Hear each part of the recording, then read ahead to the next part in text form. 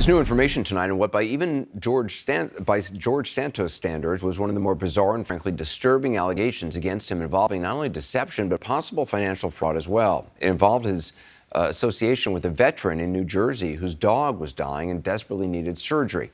The veteran has told CNN that Santos helped raise money to aid the dog using a GoFundMe page. The veteran, who at the time was homeless, living in a tent, says he never saw the roughly $3,000 that was raised and that later his dog died. CNN's Omar Jimenez joins us now with more on the story. So what more have you learned?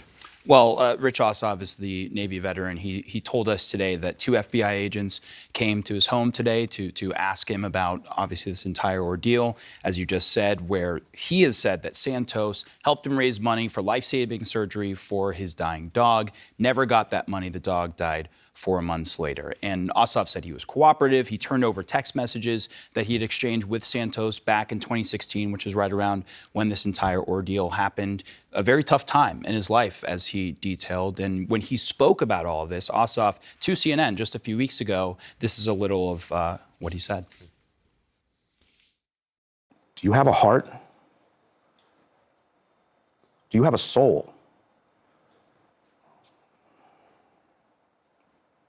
And he probably would lie about that.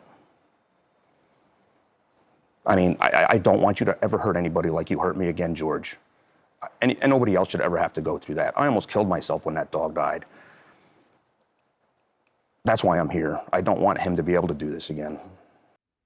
And on the latest developments, a spokesperson for the U.S. Attorney's Office for the Eastern District of New York did not have a comment here. Neither did George Santos when he was asked about it on Capitol Hill today. Now, when this story was coming out just last month, Santos said that he had no idea about all of this. But obviously, those are claims that he's making up against those of Ossoff's. Yeah, and reportedly, it seems like he has some text messages. Is there any sense of a timeline of, if the FBI was talking to the veteran today, a timeline of their investigation? Well, he's got a lot of investigations going on at this point into his personal finances, into his campaign finances. At least one congressman from New York does believe that this investigation could move much quicker than those on the campaign finance side. To use his words, he said that U.S. attorneys are the only ones that can move at the pace necessary to actually get some answers on a normal timetable here. But obviously, a lot of questions, not a whole lot of answers. Omar Jimenez, appreciate it. Thanks very much. I'm joined now by CNN's Andrew Kaczynski, who has a new report on CNN.com that's pretty fascinating. It details,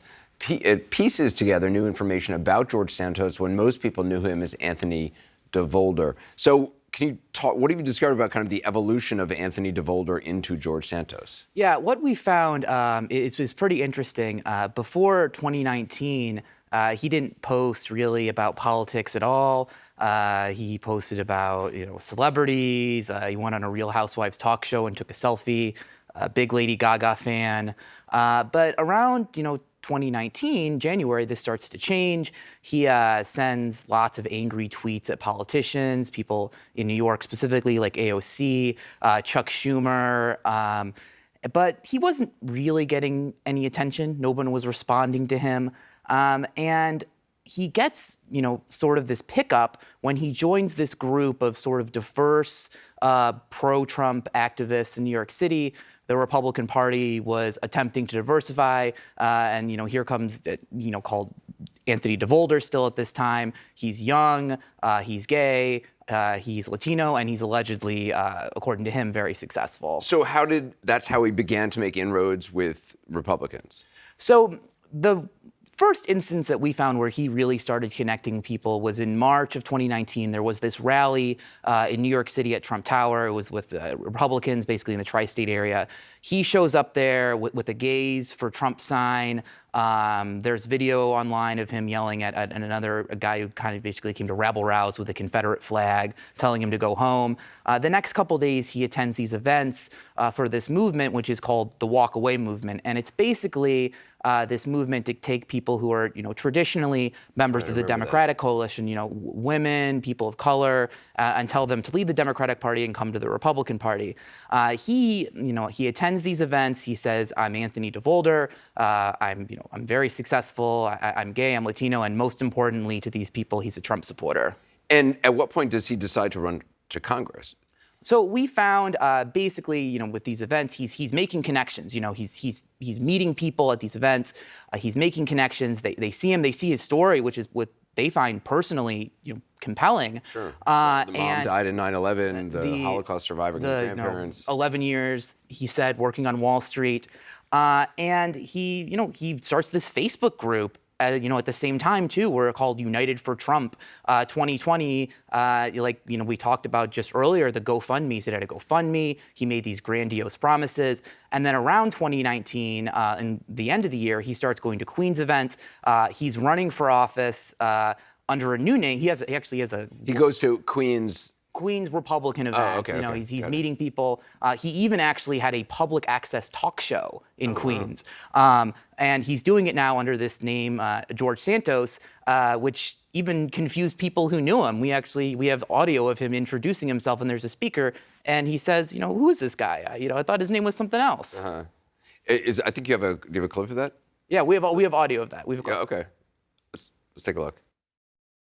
Folks, another important speaker, another congressional nominee, George Santos. George, who we know is a friend, and he's known as Anthony DeVolder to me.